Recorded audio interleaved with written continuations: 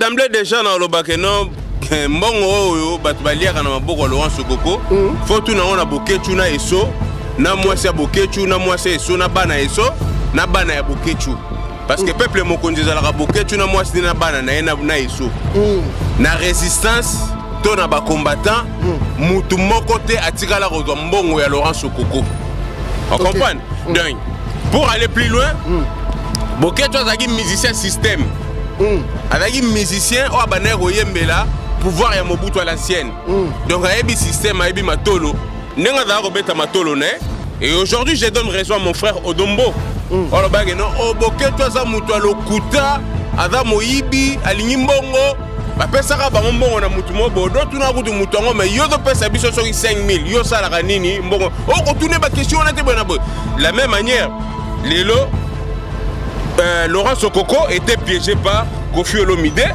a filmé un message mais Kofi n'a bêti cible ma bébé Kofi a kanisa ki boketu za chef ba combattant so qui a enregistré Laurent Sokoko et doit affaiblir combat maintenant biso moto store ngai moku na lobake bok polo la ti za mbongo Laurent Sokoko te na tika la rola tata t-shirt monté 1 euro Laurent Sokoko même bandeko pe ba lataka ba t-shirt wana ba sombaka yango moyena 10 euros 5 euros.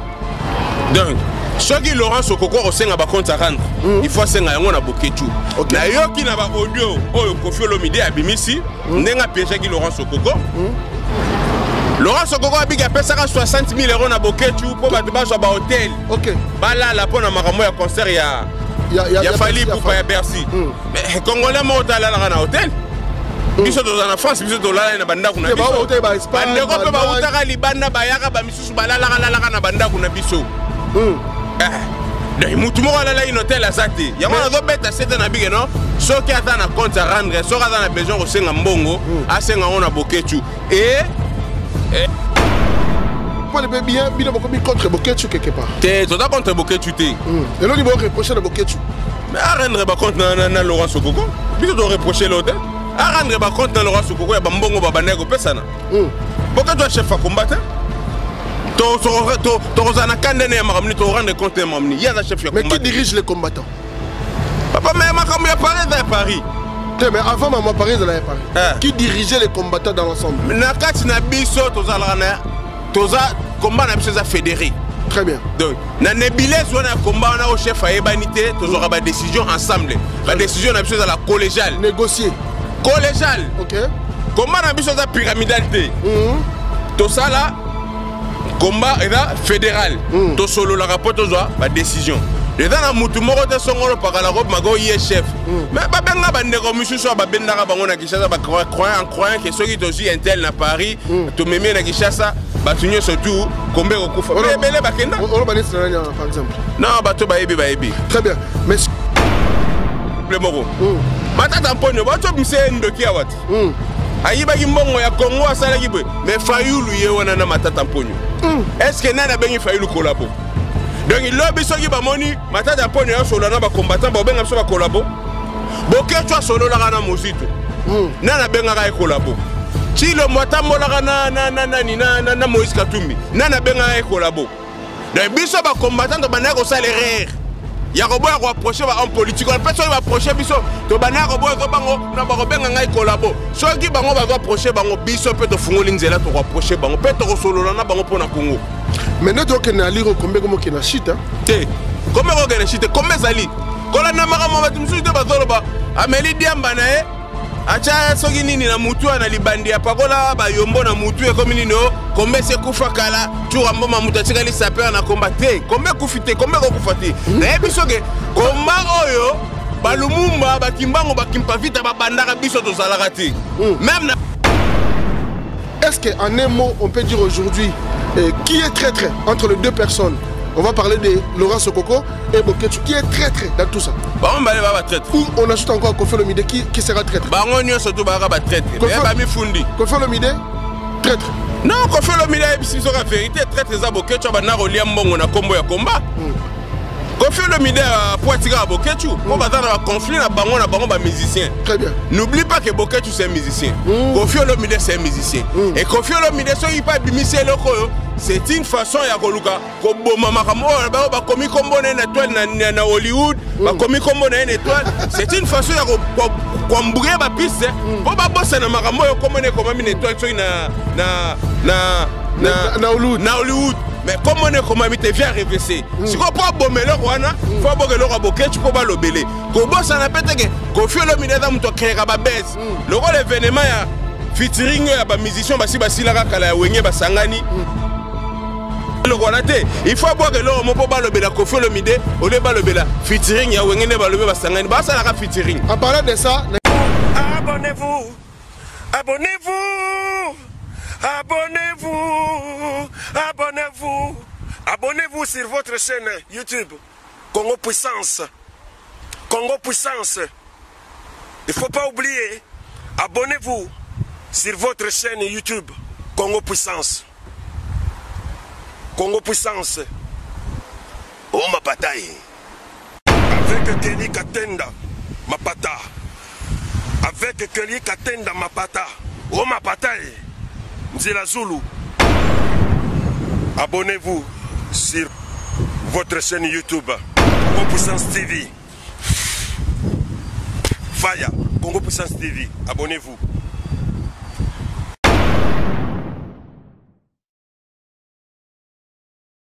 Voilà, mesdames et messieurs, fidèles de Congo Puissance Télévision, bienvenue dans votre chaîne. Merci de votre fidélité, votre confiance à tout moment que vous nous accordez. La chaîne Abino, partout au Canada, aux États-Unis, Bruxelles, Congo, Kinshasa, Congo, Brazzaville, Bana Angola, na Pessimino pe Mote Belé, Bana ya Brésil, vous avez la biso 5 sur 5 na Canada, na Suisse, na Paris, na Belgique, vous allez tellement brancher sur votre chaîne Congo Puissance Télévision. Mesdames et messieurs, c'est vrai que comme d'habitude, vous voyez qu'il y a vraiment, s'il s'agit qu'il y a un argument, on a un solo dans cette émission, c'est vrai qu'il y a tout dans yoka. Tozo mona peto tali peto yoki makamoza ko leka na kati ya combat na communauté na biso makamoza ko leka na diaspora makamoza ko leka na ba militant de benga pe ba combattant boza ko mona bino monde za ko leka mais na lingaki na cette émission na salonga moko te na bengaki moko ya parmi baye oyo basalaka lito yo oyo babundaka combat oyo na ngaki to me ko développer na ye ameka pe ko éclaircir biso sur certains sujets ameka un peu ko talisa biso pembe na makambo za ko leka na combat oyo biso tout yebi ke bazali ko bundela pona peuple mais nazana Papi Volcan Mvuluzi oto bengaka Mvuluzi Papi Volcan oyo na baki na urgence dans cette émission en urgence pour tout le monde et belé à propos de tout ce qui concerne Makamota du combat. Papi Mvuluzi et Papi Volcan Mvuluzi Azaliawa Agoya. Bonjour Papi Volcan. Ouais, bonjour mon Bilaka pe bilemo. Yo posa mon Bilaka. Ah bon? Ma pata. Bonjour na ba téléspectateurs na ba auditrices ni surtout ba Voilà, Congo Puissance. Merci. Donc on est ensemble. Voilà, on est ensemble. Mvuluzi, na bengo une émission vraiment en état d'urgence. Na linga ina yo kayo parce que moni vous allez quand même tokolo ba mise à part cause la combattant. Mais vous allez rappeler mutu moko bat balandaka mingi, vous allez ba argument au soko lobby bat bazo ka pena ke mutu wana yaki na message ko loba. Ya on a benga kiyo po maramoza ko leka. Je pense que trop côté na vivre si j'ai ka mbala moko pe ça bien mais na norme émission na biso za ba ko salobaka tout le mutu boni santé. Ouais, santé zalinga non moninga do santé zangai mais to ko taka na vivre lisolong. Voilà. Ba rebelle bazo zela makamon mitune ozala yo ba réponse ozala. Voilà, ils sont urgent. Na à peu près 4 sujets. To banda ya liboso, ya liboso zali il y a to ko mengo mbutu te. Mais na makambo zali ko leka en parlant de Kofi Olomide, en parlant aussi de ya Laurent Sokoko et en parlant de Boketu Wayambo et en parlant de combattants. Il paraîtrait que bino ba combattant Bolia Kambongo et Outaka na maboko ya Laurent Sokoko to moni ba enregistrement oyo Kofi Olomide yemoko enregistrant qui ya Laurent Sokoko ezali na toile atinda ki pengai vena nga Kofi ah pe wana vena ngai atinda ki batutu et bima ki pa imda enregistrant qui atinda batutu bon to ndo ma éclaircissement par rapport ya mbongo oyo bino ba combattant boliaka na maboko ya Laurent Sokoko mais d'emblée déjà na lobake non mbongo oyo bato baliaka na maboko Laurent Sokoko faut tout na on a Boketu na eso na mwasi ya Boketu na mwasi eso na bana eso na bana ya bokechu parce que peuple mokonzi ezalaka bokechu na mwasi na bana na ye na eso na résistance to na bacombattant mutu moko te atikala kozwa mbongo ya Laurent Sokoko. On comprend? Donc pour aller plus loin bokechu azalaki musicien système azalaki musicien oyo abandaki koyembela pouvoir ya Mobutu à l'ancienne. Donc ayebi système ayebi matolo ndenge azalaka kobeta matolo ne. Et aujourd'hui, je donne raison à mon frère Odombo. Alors, Bokechu aza mutu alokuta, aza moyibi, alingi mbongo, ba pesaka bango mbongo na mutu mobo, do tuna kutu mutu ngo mais yo do pesa biso soki 5000, yo salaka nini mbongo. O ko tune ba question on a te bona bo.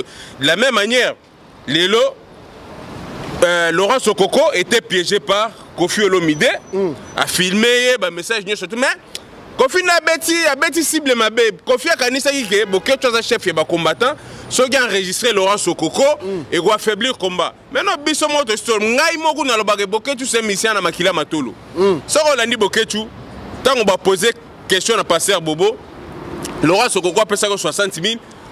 Joa ta mo extrait au tiela batu. Bota la nenga zo beta munoko. Donc azoko wa lobate. Mais Laurent Sokoko so jana ba compte Rosenga, il faut Bokechu à rendre ba compte na Laurent Sokoko. Est-ce que tous les combattants sont redevables à Laurent Sokoko? Rien à voir. Même Koutou Koulout que je salue en passant, Starlet na Bela, Ndego Nangai Pemasa Nangai Zible Congo, Mario, Tsunami Baza d'accord na Bouzo Bana au Laurent Sokoko lobby. Laurent Sokoko azali chef ya ba combattant T. Laurent Sokoko. Mazana Nazana que Laurent Sokoko la combat zanani. Maza muta Bokechu. Bokechu abeta matolot. Et dans le roi Lelo Kelly Katen d'abord à Moutumo Boy. Soyez Moutouana pression bongo. Est-ce que ba chroniqueur n'y a surtout pas redevable na Moutouana? Très bien. Il y a un compte particulier. Il y a Bokechu na Moutouana. Bokechu a bané Robert Matolo. Bokechu a bisino que Bassomela 4 voitures. Est-ce que Bassomela la résistance? Est-ce que Bassomela ba combattant? To se déplace na Bambongo na biso moko. To se déplace na ba Mituka na biso moko. Si comme Mituka au 4 yo so Laurent Sokoko Sombela ki. Et ça résistance to za Bokechu. Donc Laurent Sokoko Sokoko senga ba compte à rendre, il faut senga on a Bokechu. Très bien. Mais à peine à droit à raison que ça concerne parce que c'est un individu Mouzombo. Tozoya. Mouzombo a senga ba compte à rendre na Bokechu awa na résistance on a combattre ebiété. Papi Volcan émission est tellement riche que pop maman tout nous est tellement belé. Nada wana pour répondre à bitu non. Il y a Laurent Sokoko à lobby. Yozo benge ya menga na benge Laurent Sokoko. Tenga benge ngo ya maïla biso. C'est comme on est Laurent Sokoko frappeur. Ah, frappeur. Oui, Laurent Sokoko c'est un frappeur. Ah, banana nous gozongi sambongo ya moi na biso ya moi sur la chronique zonani Rihanna. Ah, sambongo a frappé Rihanna. A frappé ndé. Ah, mais c'est un frappeur. Laurent Sokoko c'est un frappeur. Frappeur na période moko ko nginda bomona na mbongo belé. Période moko kwei tango frappeur ce qui se donne na c'est un frappeur. Voilà, très bien. To ke ne malembe penda po ya usoleze belé. Papi Volcan na benga ko na yebi ke ozana ba argument obi oloba. Laurent Sokoko, car nenge toyoki ba audio et tu m'as pas Kofi Olomide, nenge makambe comme développer ba analyste babimi. Est-ce que est-il vrai que Olata ata polo mon côté o ezali na mongo yote na Laurent Sokoko et na maboga Bokechu, ba ça ba polo. Prévenez toujours mon apolati polo ya Zaïre. Polo na lati eza mbongo Laurent Sokoko te. Na tigala Olata ta t-shirt monte 1 euro à Laurent Sokoko. Même ba ndeko pe ba lataka ba t-shirt wana ba sombaka yango moyenne 10 euros 5 euros. Donc ceux qui Laurent Sokoko au sein à compte à rendre, il faut senga yango na Bokechu. Na yo ki na ba audio oyo Kofi Olomide abimisi, nenga piège ki Laurent Sokoko. Laurent Sokoko abi a pesa 60 000 euros na Bokechu pour ba ba ba hôtel. Ba la pour na makambo ya concert ya Fali pour pa ya Bercy. Mais congolais mo tala la na hôtel. Biso to na France, biso to la na banda kuna biso. Ba hôtel ba Espagne. Bande ko ba utaka libanda ba yaka ba misusu ba la na banda kuna biso. Donc mutumo ala une hôtel à Zate. Ya mona do beta c'est na bige non. So ki ata na compte à rendre, so ata na besoin ko senga mbongo, a senga on a Bokechu. Et ba congolais ba yebi déjà que il y a eu des gens au bagi na combat pour na s'enrichir.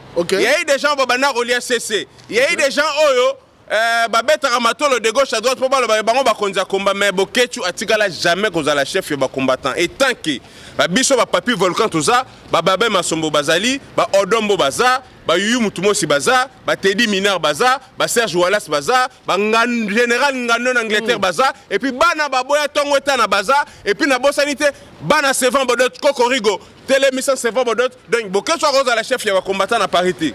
Azarandre ba compte na Laurent Sokoko na les on appelle ça na Yuyu Mutumosi dans une émission yo, na on appelle na bossa komboto tanga osiko ya, na on Matumbo. Te ba mi somo na Mutunanga. Odombo. Mutunanga.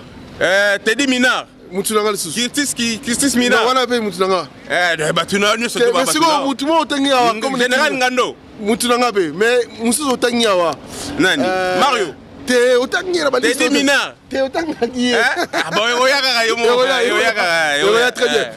Bon, est-il vrai les solos il y a 60 000 $, 60 000 euros au dollar au Yokawane? Est-ce que c'est vrai? Quelque part, on a des informations sur le montant de 60 000 $ ou pas? Papa, on est dans ma boquette na Laurent Sokoko. Donc, il y a boquette à sommer les 4 voitures. Les voitures, moi, ressemblent à 15 000, 20 000 $. Il y a ça là-bas contre Laurent Sokoko. Donc, résistance, c'est que là, on a été. Est-ce que la résistance, tu es à Laurent Sokoko?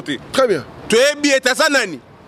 Bon, en fait, le mouvement combattant, il y a 3 parties. Il y a résistant, il y a combattant, il y a hey, dans le mouvement combattant, ok. Tu as résistant combattant du Congo, RCK. Ok. Réel cadeau de Kimbango. Donc, tu as résistant, tu as combattant, mais biso nous surtout dénominateur commun et biso, ils ont la libération ya Congo. Très bien. Vous avez un département d'Abino, mais quand il s'agit. Donc, dans un mouvement.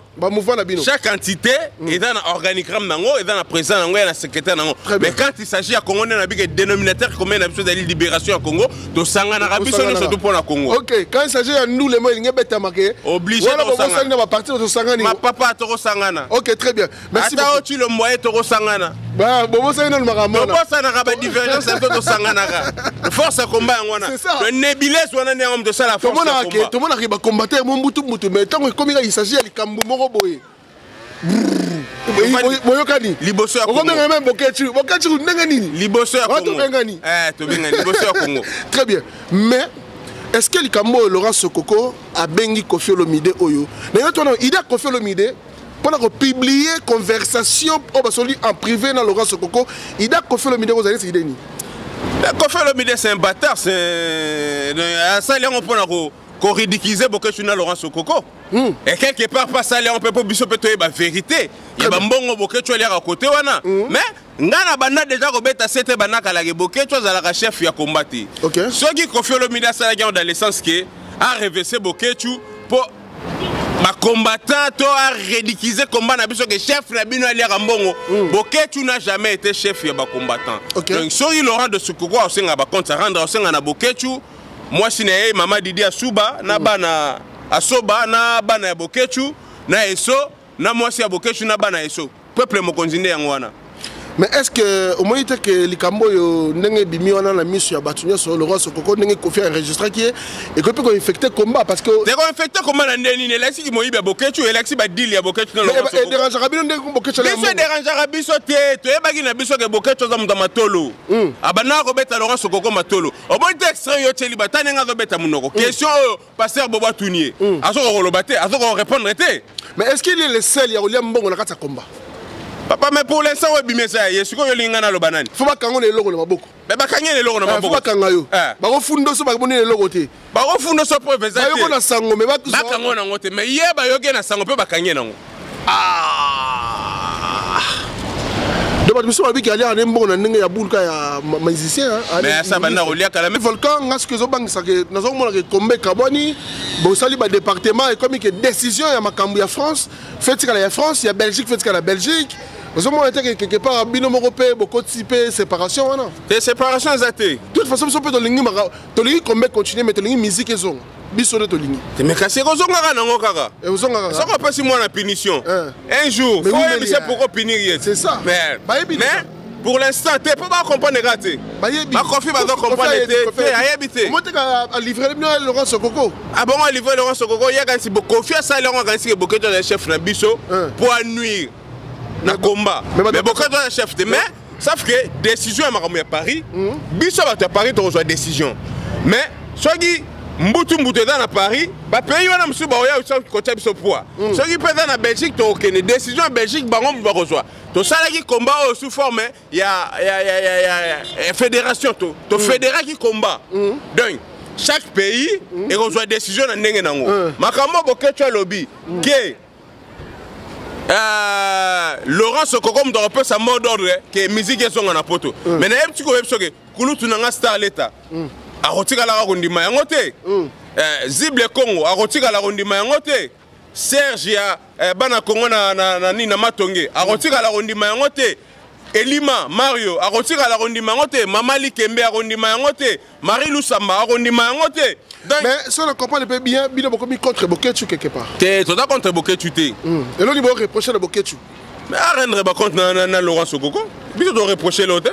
À rendre contre Laurent Sokoko, il y a Bambongo Babanego Pesana. Boketu est chef à combattre. Torozana Kandene a ramené, tu rendre compte de Mamni. Il y a un chef à combattre. Mais qui dirige les combattants? Papa, mais ma Paris à Paris. Mais avant ma Paris à Paris. Qui dirigeait les combattants dans l'ensemble? Nakati na biso toza combat na biso za fédéré. Très bien. Donc na nebiles wana combat na au chef a ebanité tozora ba décision ensemble. La décision na biso za la collégiale. Négocier. Collégiale. OK. Combat na biso za pyramidalité. To ça là combat est fédéral. To solo la rapport tozwa ba décision. Les gens qui sont morts de son rôle par la robe, mago y est chef. Mais babenga bandeko mususu babenda bango na Kinshasa ba croyant que ceux qui sont aussi intel na Paris, to mémé na Kinshasa, batunyo surtout combien okufa. Mais belé bakenda. On va aller par exemple. Non, bato baebi. Très bien. Mais si on a que division quand tu na combat, pour un intérêt personnel peut-être. Des divisions athées, intérêt commun na biso za libération Congo. Tu as un intérêt personnel te. Mais ça a un intérêt personnel, mais si tu as un Bawayamo, Bazoboyake, imperméable à concert. Ce que vous avez en Belgique, ils ont pas mon allo batté. Il y a un boy à Maramosa, les en France. Mais en Belgique, il a fallu attirer la autorisation. Il a fallu à Yakiao. Quand ça en Belgique, il faut une décision en Belgique. Bon, il a fallu que ça la bande me cartonner des bâchons dans un père basali. Ni to salité. N'a pas besoin de nze mwana cogiter na mutu na ndonya nini to salité mais rero to bana ko sala to bana bo sona ba politicien la plupart ya opposants ba bimisa ba politicien wana o ya côté wana ke baza ba dia bulu banini menzo kande bango mo ba sola na bango na wala peso exemple moko matata mponyo ba to bimse ndoki awat ayiba gimbongo ya Congo asala gibe mais Fayulu ye wana na matata mponyo est-ce que nana bengi Fayulu collabo. Donc il lobby so ba moni matata mponyo ya solo na ba combattant ba benga so ba collabo bokecho solo la kana mosito nana benga ka collabo chilo mwatambola kana na Moïse Katumbi nana benga ka collabo donc biso ba combattant ba na ko salaire ya ko boya ko approcher ba homme politique on peut so ba approcher biso to ba na ko boya zo bango na ba ko benga ngai collabo so ki bango ba zo approcher bango biso peut to fungoli nzela to ko approcher bango peut to solo na bango pona Congo. Mais nous devons aller combien comme qui na chite combien on a chite combien zali kola na makamo ba tumsu de bazolo ba ameli diamba na acha soki nini na mutu na libandi ya pakola ba yombo na mutu e comme nino combien c'est kufa kala tu rambo ma mutu tikali saper na combattre combien kufite combien ko kufate na ebisoke combat oyo balumumba bakimbango bakimpa vita ba bandaka biso to salakati même na France to vani état de droit. Mais tu vas mais si on a été sur internet, tu vas le temps où il fallait un petit concert, combat pesila wala po.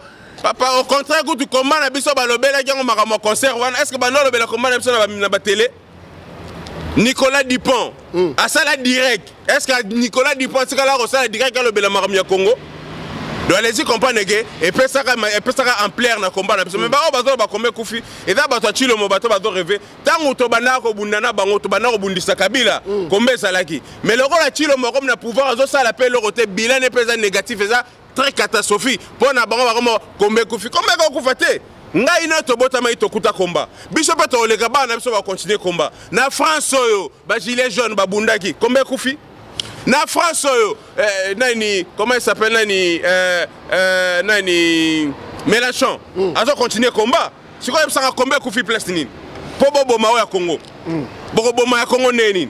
Voilà, merci beaucoup Papi Volcan Voulouzi na ben na mesala obengo bongo.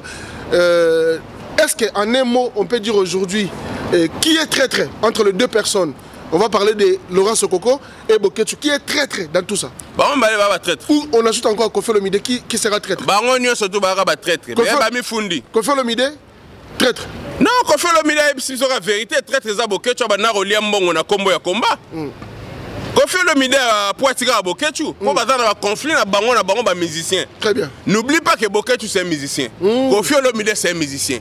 Et Kofi Olomide so il pas bimisi loko c'est une façon ya koluka ko boma makambo ba komi kombo na étoile na Hollywood, ba komi kombo na étoile, c'est une façon ya ko mbourer ba piste pour ba bossa na makambo yo kombo na étoile so na Hollywood. Mais comme on est comme tu viens RVC. Si on peut bomber le roi, faut bomber le roi boké, tu peux pas le beller. Quand boss on a pété que Kofi Olomide da muto créer ba baisse. Le rôle événement ya featuring ya ba musicien ba si ba silaka kala wenge ba sangani.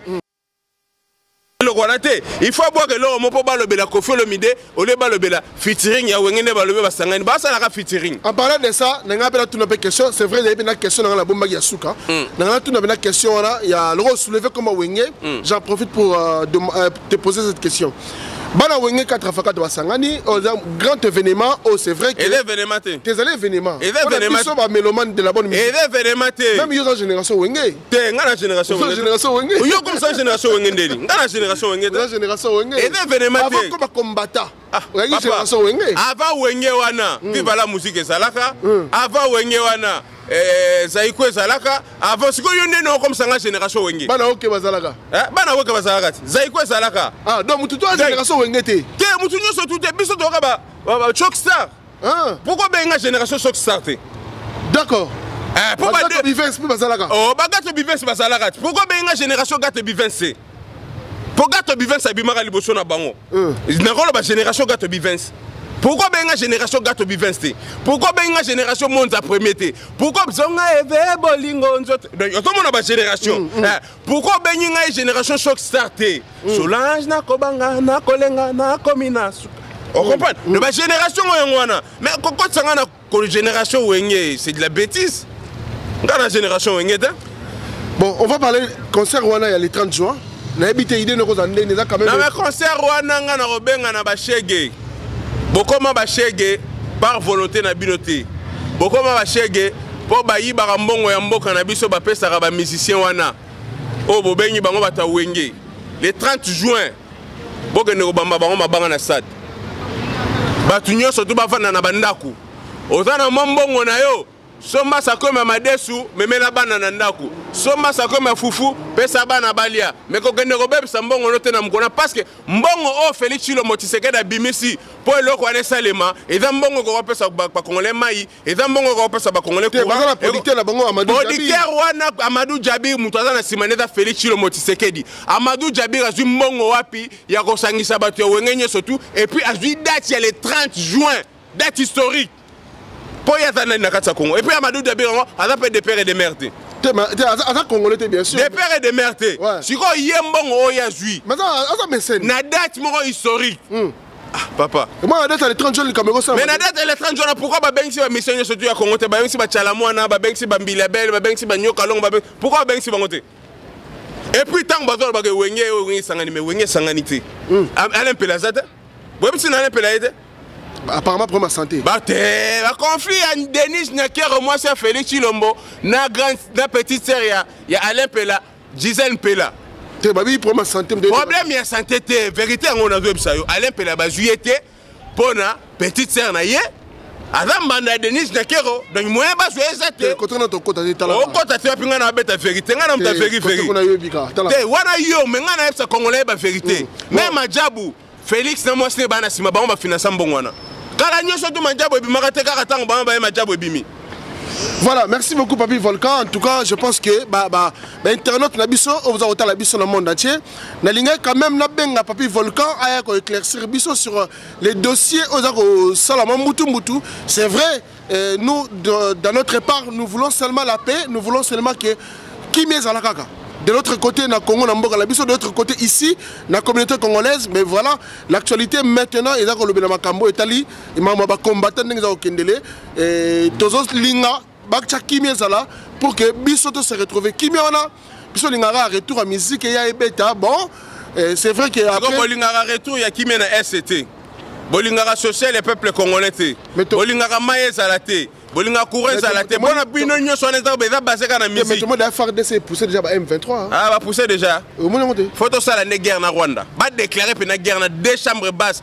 Parlement na Sénat, c'est une guerre na Rwanda. Quand on a une distraction, on va repousser. Combien de fois on va repousser? C'est une guerre na Rwanda, to bunda na Rwanda. Wana ne tolba oui, maintenant to bunda na Rwanda, to go soutenir mon amboka. Mais tant que mon amboka zaka poltron. Non Pantin, il y a Paul Kagame. Mais toi tu as une distraction, ba to bunda place ni. Voilà, en parlant de ça, Papi Volcan, bientôt on arrive à 2023 et on arrive à la période, bientôt la période de l'élection. Qu'est-ce que tu penses pour Nayo?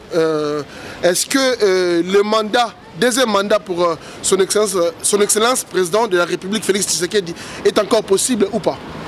Non mais deuxième mandat est possible parce que le bilan est catastrophique. Trop.